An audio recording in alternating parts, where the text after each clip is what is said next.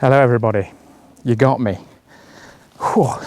It's a little bit hot for that, and I have to say, gloves. Whew. Right, as you can see I've been sweating a bit. I actually enjoyed doing that, probably a little bit too much, but enough of the subterfuge. I suppose I better explain myself and explain a little bit about what this is all about.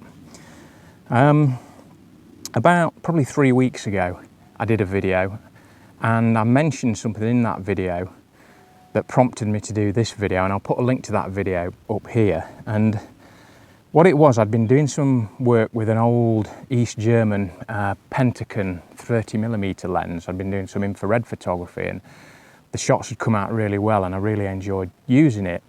And you know, those are times where you make an offhand comment or an idea springs into your head and your mouth voices that idea before you've even thought what the idea was. Later on the line, you'll realise that 95% of your brain think that's a terrible idea. There's only 5% thinks it's any good, but because you've voiced it, you feel like you've got to go with it. Well, this was one of those occasions. I'd been using this 30mm lens and I was doing a wildlife video with my Sony 200-600, and it just suddenly spewed out of my mouth an idea of, I wonder if I could do some wildlife photography with an old East German or similar lens. And that preyed on my mind a little bit, and I decided, well, yeah, that could be a good idea. 5% of me decided it could be a good idea. And I ended up buying this lens that you've just seen. Now this is a A7r3. It's a f4.5 300mm lens made in the USSR. This one I suspect is just over 50 years old. They actually made versions of this that were probably 10 or 15 years older than this. So sort of 60s, late 50s. And believe it or not, this came with a sniper kit. So the lens in question, which is the brother to this one, has like a stock that you can attach to it, so you can put it into your shoulder, and it's called a sniper kit. And the focus wheel is on the front here somewhere. That was, I suspect, a military sort of thing, and ties in nicely with this sort of Cold War, and yeah, you know, hence the start of this video. As I say, this one's a little bit younger and was made for the sort of more commercial market, if you like, if there was such a thing in Russia at the time. And all I've basically done, I've got my Sony A7r3, I've got I'll show you it here. That just fastens on with, this is an E-mount to an M42 adapter, and this is obviously an M42 mount on this lens. And you just plug that in there, put your camera on the back, there, and you're ready to go. Now what I want to do with this is obviously do some wildlife photography, and I've hit a couple of problems already. Obviously it's going to be quite difficult because there's no autofocus, it's purely manual. What I'm going to do this week is I'm going to start this off fairly easily, and I'm going to do some garden bird photography in this video and see sort of how this performs. Now the problem I've got is when I bought this lens, it was off eBay, and the guy selling it said smooth focus. Now as you can see, it's smooth focus, but it's very, very stiff. When you think that with my Sony I can basically focus it with a finger, I can turn the focus if I'm manually focusing with that. And what this is I think it's a common problem with these lenses, is that the grease, I mean it's 50-year-old grease in here and it gets hard. And I think it has actually loosened up while I've been using it. So hopefully it'll loosen up enough without me having to undo it, which I'm fearful of doing, and re-greasing it. But you know, that might be something I do in the future. But for garden birds, it's not going to be a problem, simply because I can pre-focus on where I want to pre-focus, and we'll just see what quality the images are and if anything comes out that's worthwhile. That's what I'm going to do this week. In following weeks, I'm going to do some mammal photography, so some stalking around and trying to get pictures of deer and hares and foxes. And then for a final finale, I thought I'd try birds in flight. Yeah, so that's to come. I hope you'll stick with it. As I say, it's quite an interesting thing to do for me, It's quite a challenge, and I'll go through the reasons why I think it's a good idea at the end of this video, so I'll speak to you later. Right, hello everybody, back to reality. Yeah, so as I said at the start of the video there, what I'm going to do this morning, I'm going to do some bird photography in the back garden.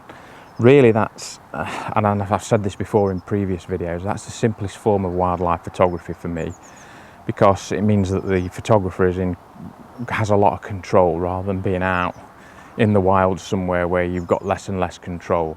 Here I'm bringing the birds to me. It's up to me where they perch, because I put the perches out, and it's up to me what food I bring to decide which birds come in. So yeah, really quite a lot of control. I mean, I'm not going to go over the sort of perches very much that I'm using again this time. I do change them, but one thing I will say is that for this sort of photography is obviously you can see I've got the food here. The perch is set slightly behind, and that's simply because I'm over here, and what I want to happen is I want the birds to land on the perch, and I want them to be facing me. If I'd got the perch level or closer to me, which it's tempting to do when you've only using a 300mm lens, what can happen and what will happen is you'll get a shot of the bird's backside because it will be facing towards the food. So I set that up this morning. I've also got a teasel set up there where I've literally dug a bit of the back of it out and put some Niger seed in it. I'm not sure whether that's going to work. We do get goldfinches coming here, but just thought I'd give it a try for something a little bit different. I've had it working before, so you never know, but it's not been there very long. So yeah, I think they'll probably go straight to the seed, but we'll see. Anyway, I'm going to get in the hide, test this lens out. The settings I'm using on this camera and lens at the minute is, I've got it on auto ISO. It's got quite bright at the minute. I wasn't expecting that today. I thought it was going to be quite dull, so we've got quite a lot of light. I've got the lens wide open at f4.5 at the minute. I thought that, you know, I'd give it a chance to see how it performs at that. I know most lenses tend to perform a little bit better if you stop them down, so I will have a go at that in a bit, but I really like the look of the bokeh that this is giving to the background, which is probably about 6 feet away from the perch. So obviously if I stop the lens down a little bit, then I'm going to lose some of that. But yeah, it's interesting, and it'll be interesting to see what the results are like. If I'm getting sharp shots with this lens, then yeah, for people out there, I know I said I'd sort of go into the advantages or the disadvantages of why would you want to do this in the first place. And I think one of the reasons is I think if you're something like a landscape photographer, but you do, you know, want to either start to do a little bit of wildlife, or you just are interested in taking pictures of garden birds, something like a lens like this, you know, if this gives me sharp images, which I'm hoping it will, then maybe you could just get one of these and just use it occasionally in the garden, and you wouldn't need anything else, you know. Obviously I'm going to push it further in later videos and see whether it's capable of doing anything else.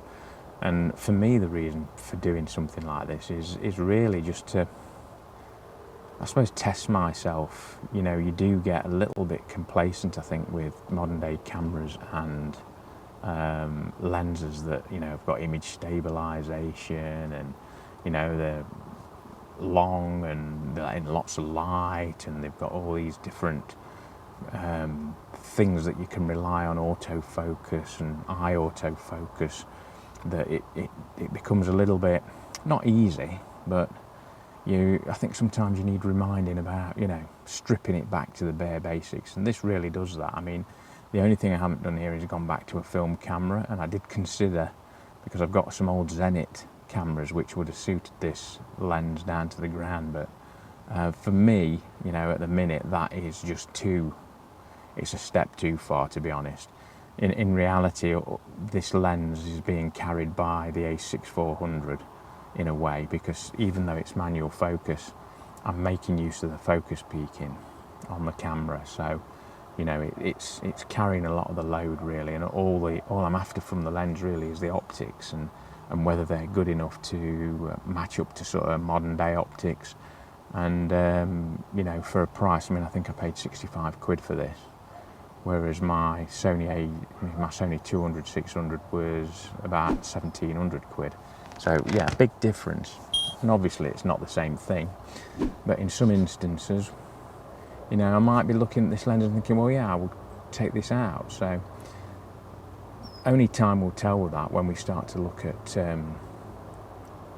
doing different things. So when you know, I'm doing some stalking of wildlife, that will really show up. And as I say, the thing that worries me at the minute is the manual focus ring on this lens is really tight, and I've not decided really what I'm going to do about that yet, whether I'm going to risk trying to take it apart, hope that it loosens up, or try and get a replacement. I don't know, but that's for a future video. So we'll see what comes along on here and just see what the quality of the images are like. This series may well end here if the images are not very good, and the optics quality isn't brilliant, then yeah, that could be it. But it's really worth just, you know, having a go and seeing what happens. It's just interesting, really. Right, I think that's me done for this week. Hopefully this short introduction to this lens, you've enjoyed it, and hopefully I've shown with the images that you've seen today that with a 50 to 60 year old Russian lens you can get some decent wildlife images. Now this, as I say, this is just like an optics test, just to check whether, you know, it's up to the job. And from what I've seen on the back of the camera, you know, it's taking some really nice images, so I'm happy with it. I'm happy enough to take it to the next stage, which will be stalking wildlife and trying to get some mammal images. The only thing that does worry me about that is what I mentioned earlier in the video, is that really stiff focus ring.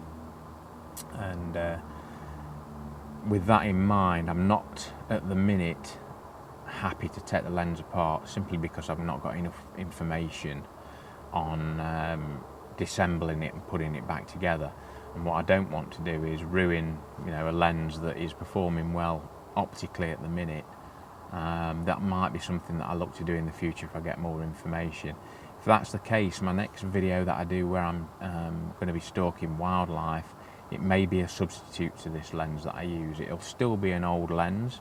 I've got my eye on another couple that potentially I could use for this video, either East German or Russian. So again, 50 to 60 years old, and I might bring a substitute in if I'm struggling with that focus ring, but you know, you'll find out when we get to that next video.